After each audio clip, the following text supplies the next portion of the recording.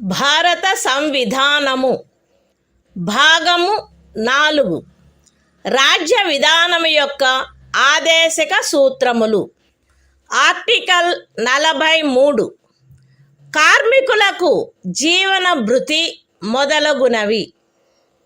రాజ్యము తగిన శాసన నిర్మాణము ద్వారా లేక ఆర్థిక వ్యవస్థాపన ద్వారా లేక మరే విధముగానైనా వ్యవసాయ, పారిశ్రామిక లేక ఇతర కార్మికులందరికీ పనిని, జీవన భృతిని మరియు సముచిత జీవన స్థాయిని, విశ్రాంతి మరియు సాంఘిక సాంస్కృతిక అవకాశముల పూర్తి వినియోగమును చేకూర్చునట్టి పని పరిస్థితులను కల్పించుటకు ప్రయత్నించవలెను.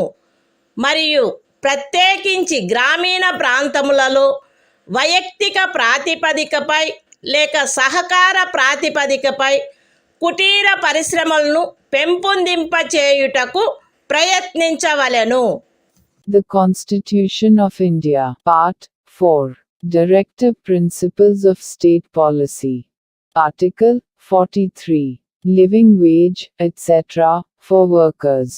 The state shall endeavor to secure, by suitable legislation, or economic organization or in any other way, to all workers, agricultural, industrial or otherwise, work, a living wage, conditions of work ensuring a decent standard of life, and full enjoyment of leisure, and social and cultural opportunities, and, in particular, the state shall endeavor to promote cottage industries, on an individual or cooperative basis, in rural areas.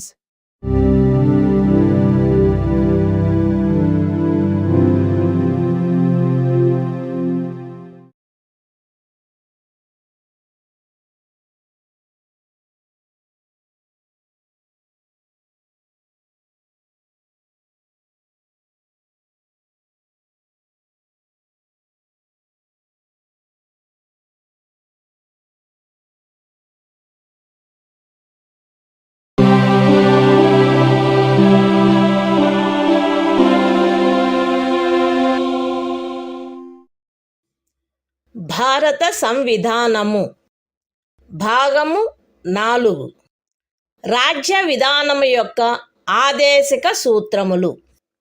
Article 43A పరిశ్రమల నిర్వహణలో కార్మికులు పాల్గొనుట.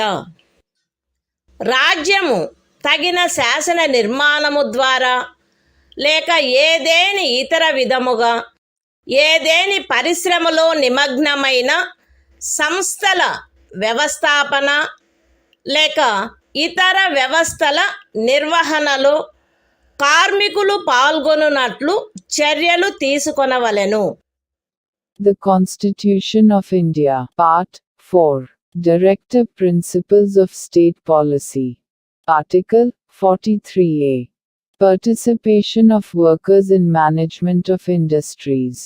The state shall take steps, by suitable legislation or in any other way, to secure the participation of workers in the management of undertakings, establishments, or other organizations engaged in any industry.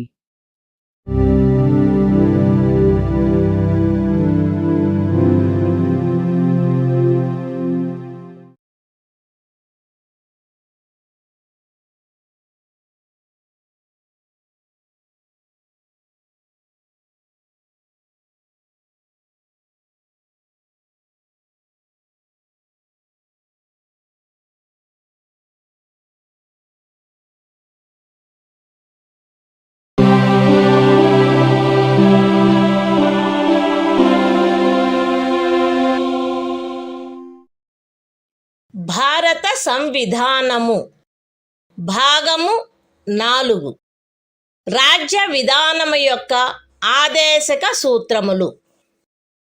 Article 43B సహకార సంఘముల ప్రవర్ధనము. రాజ్యము సహకార సంఘములు స్వచ్ఛందముగా రూపొందించుటకు, స్వాయత్తముగా కృత్యములు నిర్వహించుటకు, ప్రజాస్వామ్య నియంత్రణ మరియు వృత్తిపరమై యాజమాన్యమును ప్రోత్సహించుటకు ప్రయత్నించవలెను. The Constitution of India, Part 4, Directive Principles of State Policy. Article 43b. Promotion of cooperative societies. The state shall endeavor to promote voluntary formation, autonomous functioning, democratic control and professional management of cooperative societies.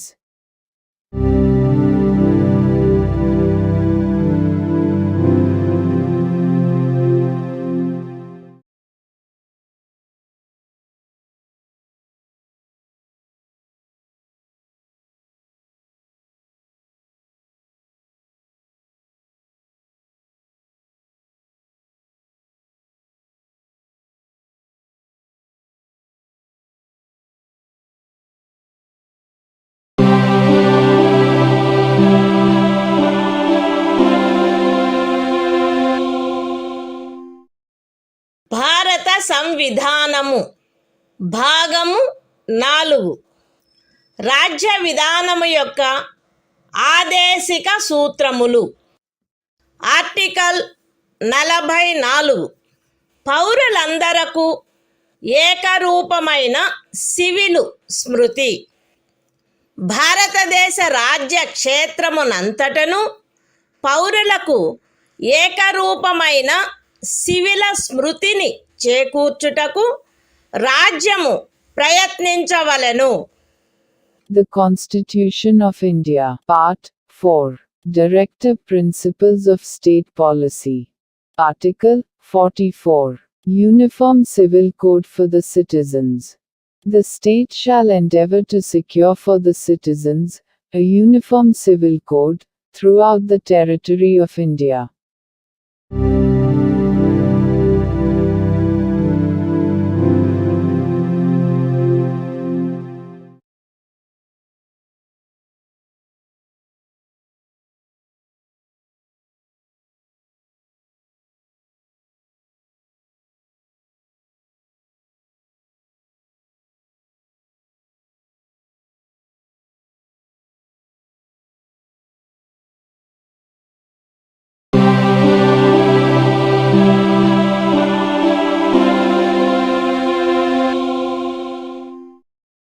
భారత సంవిధానము భాగము 4. రాజ్య విధానము యొక్క ఆదేశిక సూత్రములు. Article 45. 6 సంవత్సరముల లోపు బాలలందరికీ బాల్య ప్రారంభంలో సంరక్షణ మరియు విద్యను ఏర్పాటు చేయుట. బాలలందరూ వారు 6 సంవత్సరముల వయస్సు పూర్తి చేయునంత వరకు వారికి బాల్య ప్రారంభంలో సంరక్షణ మరియు విద్యను ఏర్పాటు చేయుటకు రాజ్యము ప్రయత్నించవలెను. The Constitution of India, Part 4, Directive Principles of State Policy. Article 45. Provision for early childhood care and education to children below the age of 6 years. The state shall endeavor to provide early childhood care and education for all children until they complete the age of 6 years.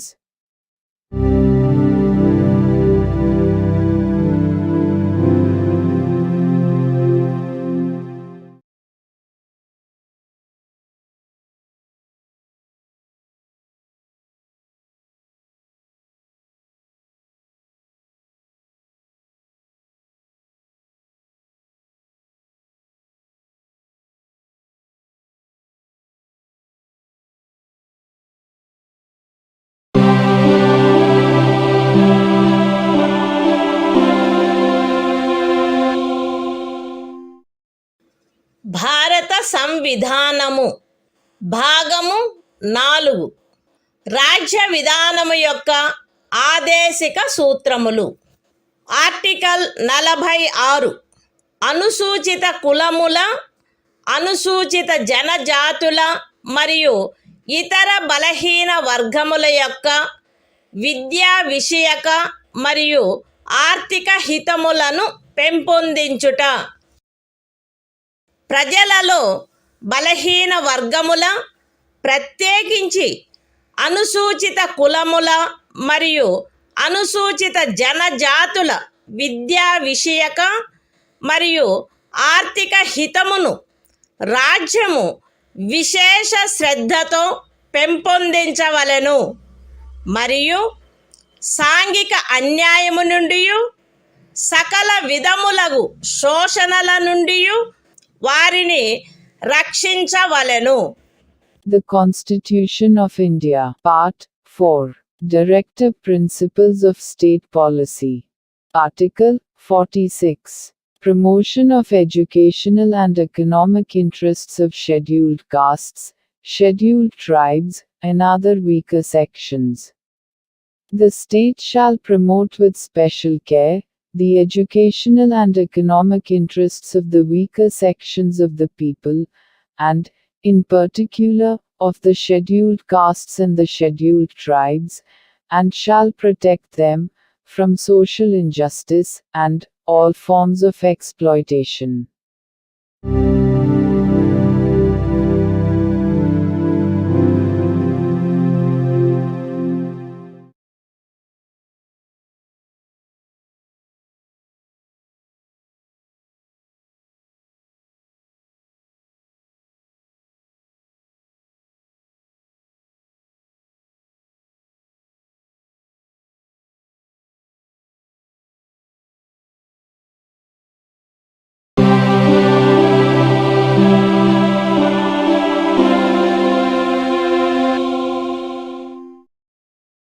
భారత సంవిధానము భాగము 4 రాజ్య విధానము యొక్క ఆదేశిక సూత్రములు.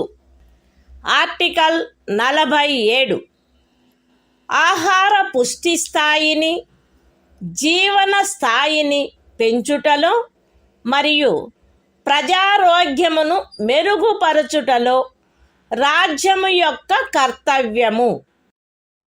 రాజ్యము ప్రజల ఆహార పుష్టి యొక్క స్థాయిని, జీవన స్థాయిని పెంచుట మరియు ప్రజారోగ్యమును మెరుగుపరుచుట తన ప్రాథమిక కర్తవ్యములలోనివిగా పరిగణించవలెను మరియు ప్రత్యేకించి వైద్య ప్రయోజనములకై తప్ప మద్యపానీయములను మరియు ఆరోగ్యమునకు భంగము కలిగించు ఔషధములను సేవించుటను నిషేధించుటకు రాజ్యము ప్రయత్నించవలెను.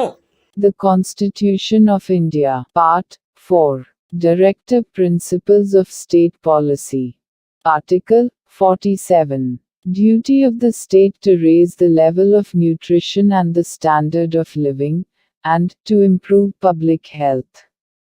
The state shall regard the raising of the level of nutrition and the standard of living of its people, and the improvement of public health, as among its primary duties, and, in particular, the state shall endeavor to bring about prohibition of the consumption, except for medicinal purposes, of intoxicating drinks and of drugs, which are injurious to health.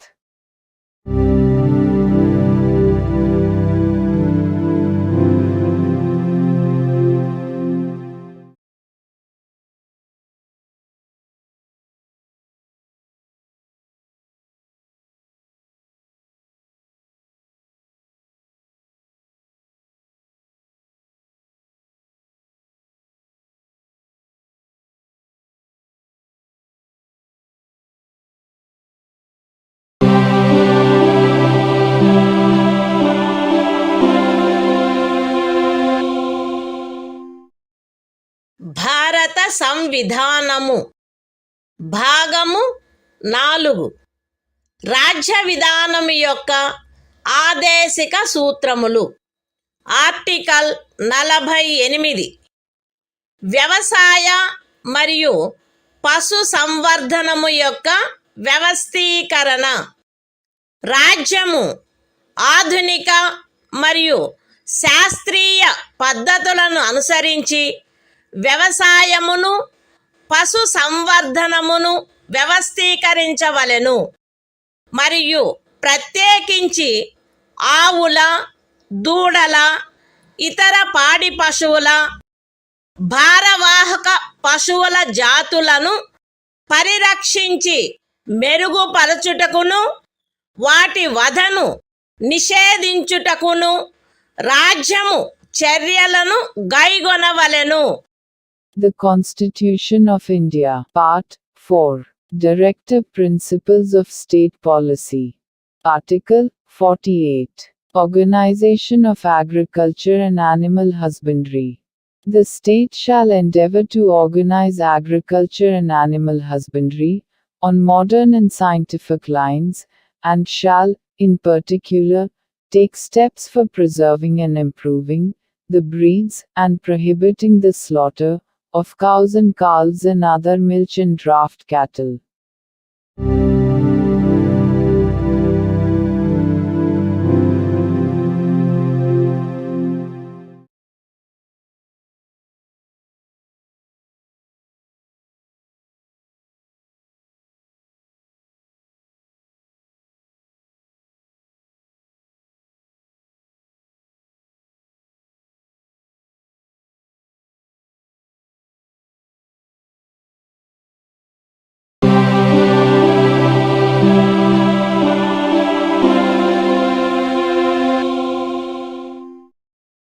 భారత సంవిధానము భాగము 4. రాజ్య విధానము యొక్క ఆదేశిక సూత్రములు. Article 48A. పరిసరముల రక్షణ మరియు అభివృద్ధి మరియు అడవుల వన్యప్రాణుల సంరక్షణ. రాజ్యము పరిసరములను కాపాడి అభివృద్ధి చేయుటకును దేశములోని అడవులను వన్యప్రాణులను సంరక్షించుటకును ప్రయత్నించవలెను. The Constitution of India, Part 4, Directive Principles of State Policy. Article 48A. Protection and improvement of environment, and safeguarding of forests and wildlife. The state shall endeavor to protect and improve the environment, and to safeguard the forests and wildlife of the country.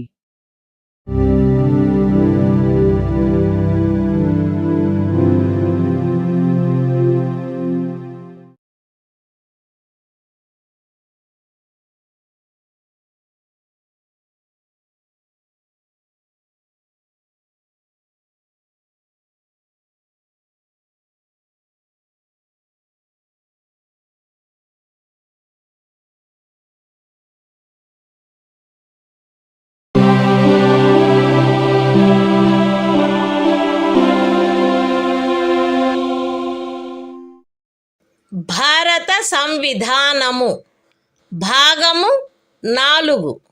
రాజ్య విధానము యొక్క ఆదేశిక సూత్రములు. Article 49. జాతీయ ప్రాముఖ్యము గల స్మారక చిహ్నములను రక్షించుట. Parliament చేయబడిన శాసనము ద్వారా గాని లేదా దాని క్రింద గాని జాతీయ ప్రాముఖ్యము గలవని ప్రఖ్యానించబడిన కళాత్మక లేక ఐతిహాసిక ప్రయోజనము గల ప్రతి ఒక్క స్మారక చిహ్నమును లేక స్థలమును లేక వస్తువును సందర్భానుసారముగా కొల్లగొట్టుట, విరూపణము, వినాశనము, తొలగింపు, వ్యయనము లేక ఎగుమతి చేయుట నుండి రక్షించుట రాజ్యము యొక్క బాధ్యతయుండును. The Constitution of India, Part 4, Directive Principles of State Policy. Article 49. Protection of monuments and places and objects of national importance. It shall be the obligation of the state to protect every monument, or place, or object of artistic, or historic interest, declared, by, or under law made by Parliament to be of national importance, from spoliation, disfigurement, destruction, removal, disposal or export, as the case may be.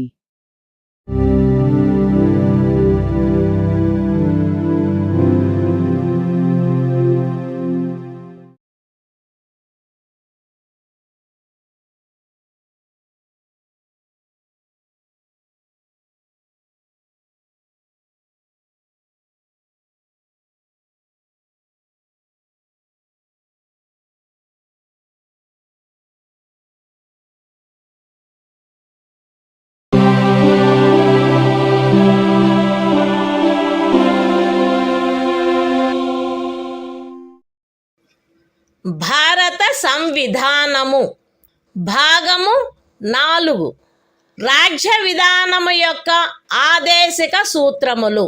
Article 50 న్యాయపాలికను కార్యపాలక వర్గము నుండి వేరుపరుచుట.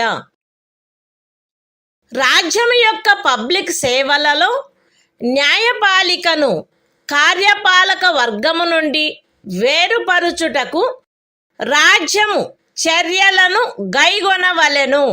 The Constitution of India, Part 4, Directive Principles of State Policy. Article 50. Separation of judiciary from executive.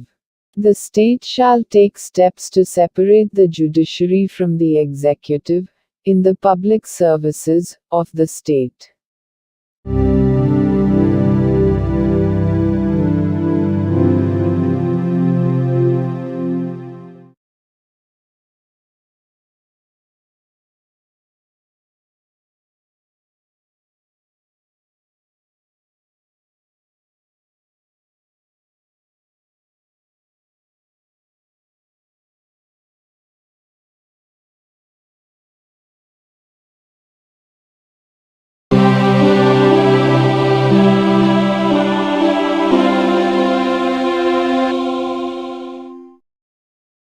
భారత సంవిధానము భాగము 4 రాజ్య విధానము యొక్క ఆదేశిక సూత్రములు. Article 51 అంతర్జాతీయ శాంతి భద్రతలను పెంపొందించుట. రాజ్యము ఈ క్రింది వాటికై ప్రయత్నించవలెను.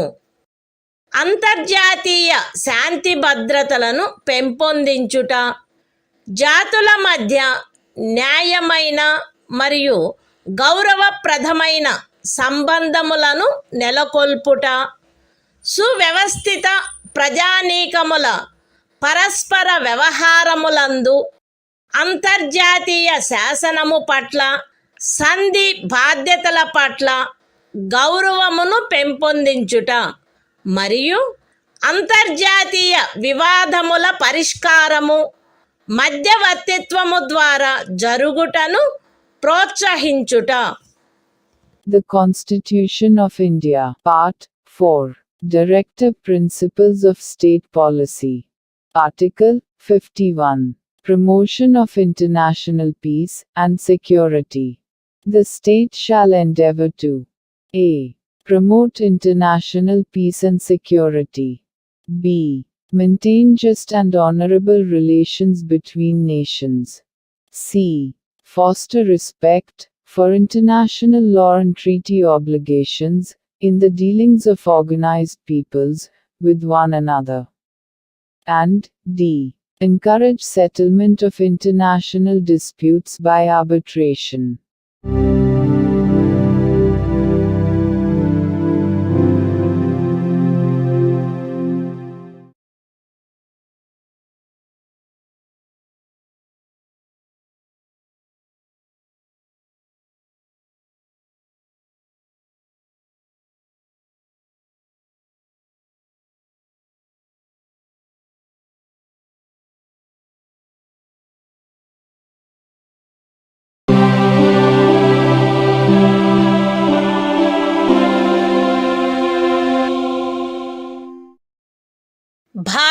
సంవిధానము భాగము 4A మౌలిక కర్తవ్యములు ఆర్టికల్ 51A ప్రతి భారత పౌరునికి సంవిధానమునకు కట్టుబడి ఉండుట మరియు దాని ఆదర్శములను సంస్థలను జాతీయ పతాకమును జాతీయ గీతమును గౌరవించుట జాతీయ స్వాతంత్ర పోరాటమునకు స్ఫూర్తినిచ్చిన ఉన్నతాదర్శములను జ్ఞప్తి అందించుకొని వాటిని పాటించుట భారతదేశ సార్వభౌమతను ఐక్యతను మరియు అఖండతను సమర్థించి కాపాడుట దేశమును రక్షించుట మరియు కోరినప్పుడు జాతీయ సేవ చేయుట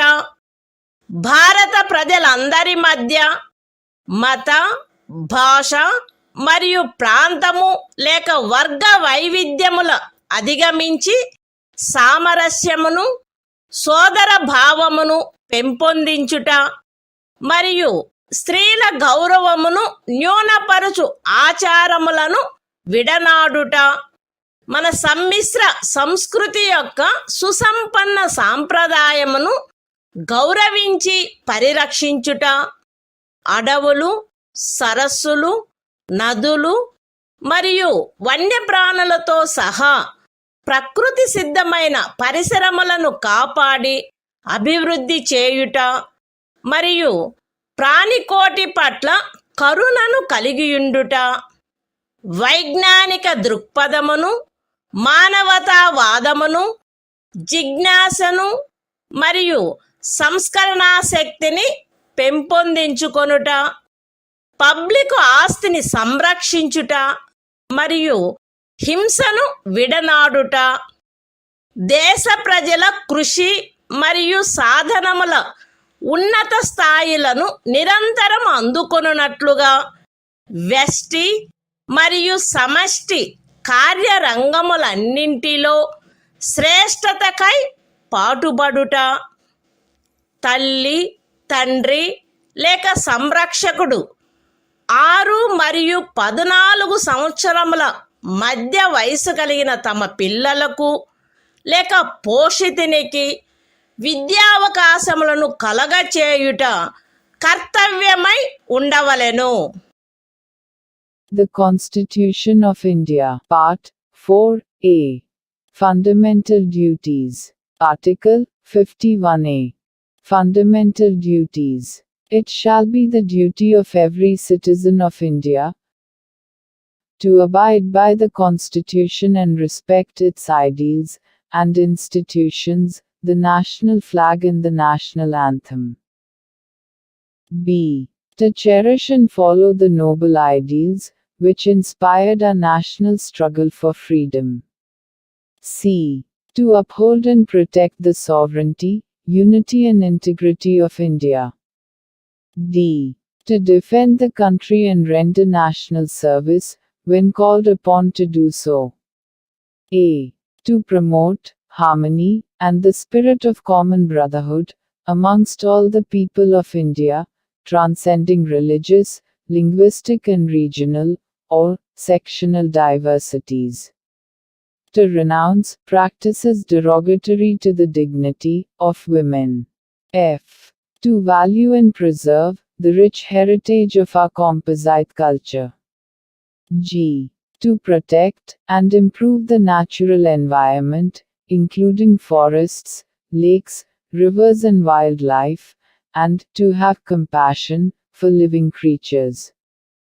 H. To develop the scientific temper, humanism, and the spirit of inquiry and reform. I. To safeguard public property, and to abjure violence. J.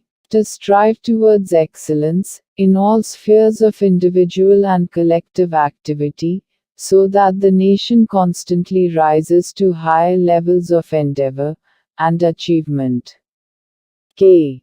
Who is a parent or guardian, to provide opportunities for education to his child, or, as the case may be, what between the age of 6 and 14 years.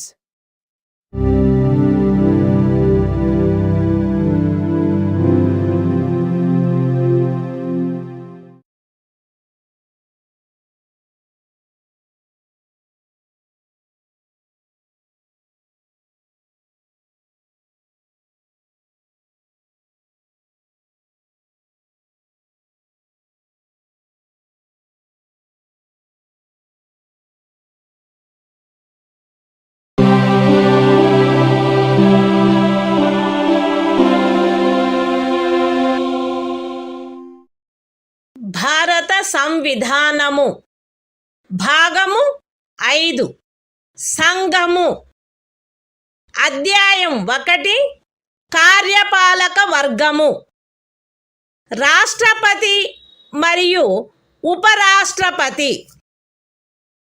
Article 52 భారత రాష్ట్రపతి భారతదేశమునకు ఒక రాష్ట్రపతి ఉండవలెను. The Constitution of India, Part 5, The Union. Chapter 1. The Executive. The President and Vice President. Article 52. The President of India. There shall be a President of India.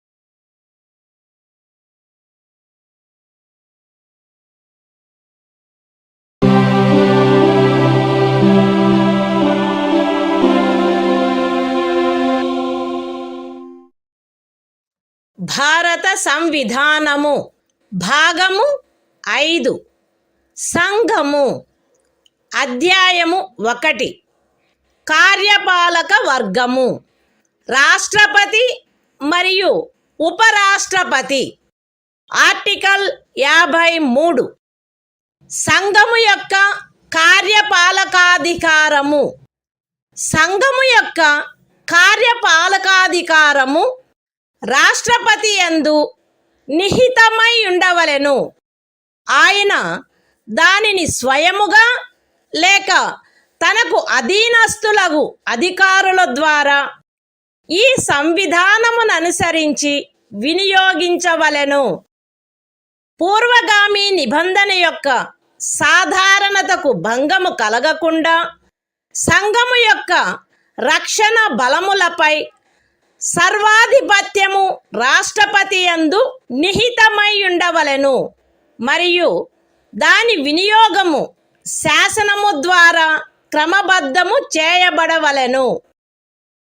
ఈ అనుచ్ఛేదములోనిదేదియు అస్తిత్వంలోనున్న ఏదేని శాసనము ద్వారా ఏదేని రాజ్య ప్రభుత్వమునకు గాని ఇతర ప్రాధికారికి గాని ప్రదత్తము చేయబడిన ఏవేని కృత్యములను రాష్ట్రపతికి అంతరణ చేయునిదిగా భావింపబడరాదు లేక రాష్ట్రపతి మినహా ఇతర ప్రాధికారులకు శాసనము ద్వారా కృత్యములను ప్రదత్తము చేయుట నుండి పార్లమెంటును నివారించదు.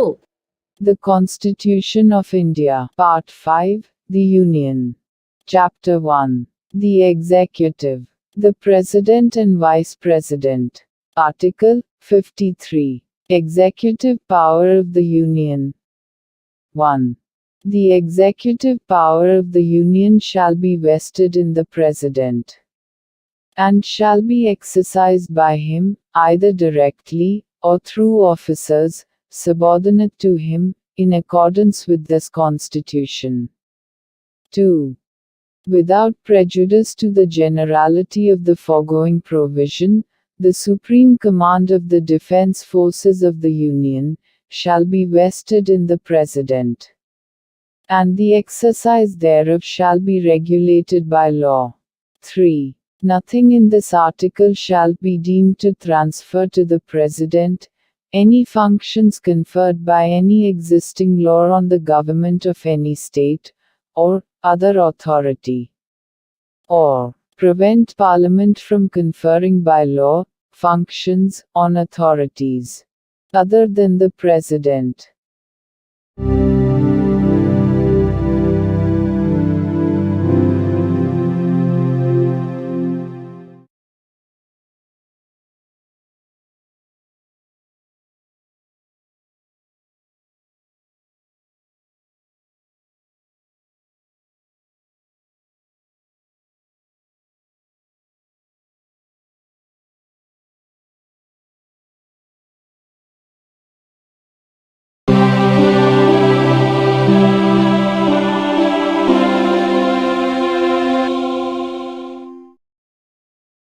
భారత సంవిధానము భాగము 5 సంఘము అధ్యాయము 1 కార్యపాలక వర్గము రాష్ట్రపతి మరియు ఉపరాష్ట్రపతి ఆర్టికల్ 54 రాష్ట్రపతి ఎన్నిక రాష్ట్రపతి ఈ క్రింది వారితో కూడిన నిర్వాచక గణము యొక్క సభ్యులచే ఎన్నుకొనబడవలెను. పార్లమెంటు ఉభయ సదనములోని ఎన్నుకొనబడిన సభ్యులు మరియు రాజ్య శాసన సభలలోని ఎన్నుకొనబడిన సభ్యులు. విశదీకరణ: ఈ అనుచ్ఛేదము మరియు అనుచ్ఛేదము 55లోని రాజ్యము అను పదములో ఢిల్లీ జాతీయ రాజధాని రాజ్యక్షేత్రము మరియు పాండిచ్చేరి సంఘ రాజ్యక్షేత్రము చేరియుండును. The Constitution of India, Part 5, The Union. Chapter 1. The Executive. The President and Vice President. Article 54. Election of President. The President shall be elected by the members of an electoral college, consisting of a. the elected members of both houses of Parliament, and b. the elected members of the legislative assemblies of the states. Explanation: in this article, and in Article 55, state includes the National Capital Territory of Delhi and the Union Territory of Pondicherry.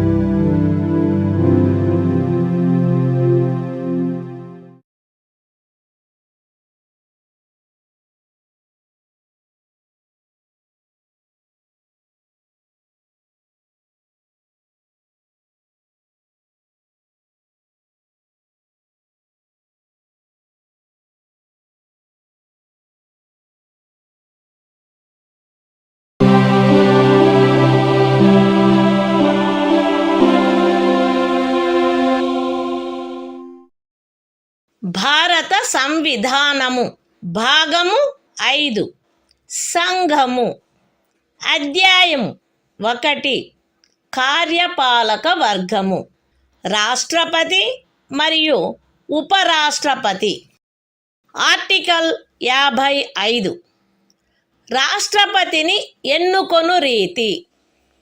రాష్ట్రపతి యొక్క ఎన్నికలో వివిధ రాజ్యముల ప్రాతినిధ్య ప్రమాణము ఆచరణీయమైనంత మేరకు ఏకరూపముగా ఉండవలెను.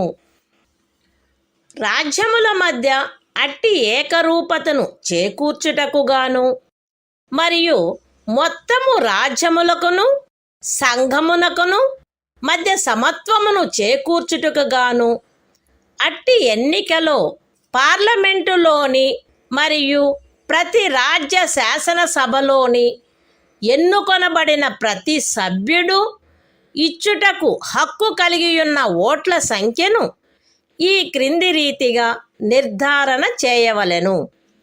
ఏ. రాజ్యం యొక్క జనసంఖ్యను ఆ రాజ్య శాసనసభలోని ఎన్నుకొనబడిన మొత్తము సభ్యుల సంఖ్యతో భాగించగా వచ్చు భాగఫలములో 1000 యొక్క గుణిజములు ఎన్నియుండునో అన్ని ఓట్లను రాజ్య శాసనసభకు ఎన్నుకొనబడిన ప్రతి సభ్యుడు కలిగి ఉండవలెను. బి 1000 యొక్క సదరు గుణిజములను లెక్కించిన పిమ్మట శేషము 500కు తగ్గనిచో ఉపఖండము ఏలో నిర్దేశింపబడిన ప్రతి సభ్యునకు గల ఓట్ల సంఖ్యకు అదనముగా 1 ఓటును చేర్చవలెను. సి ఉపఖండములు ఏ మరియు బిల క్రింద రాజ్య శాసనసభలోని సభ్యులకు నియతమైన ఓట్ల మొత్తపు సంఖ్యను పార్లమెంటు ఉభయ సదనములో ఎన్నుకొనబడిన సభ్యుల మొత్తము సంఖ్యతో భాగించగా ఏ సంఖ్య వచ్చునో అన్ని ఓట్లను పార్లమెంటు ఉభయ సదనములోని ఎన్నుకోబడిన ప్రతి సభ్యుడు కలిగి ఉండవలెను. సగమునకు మించిన భిన్నమును 1గా పరిగణించవలెను. ఇతర భిన్నములను ఉపేక్షించవలెను.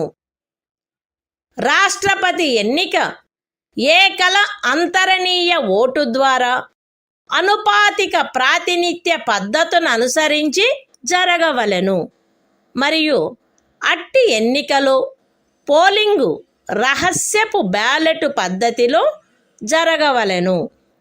విశదీకరణ: ఈ అనుచ్ఛేదములో జనసంఖ్య అను పదబంధమునకు కడపటిదియు అందుకు సంబంధించిన అంకెలు ప్రచురింపబడినదియు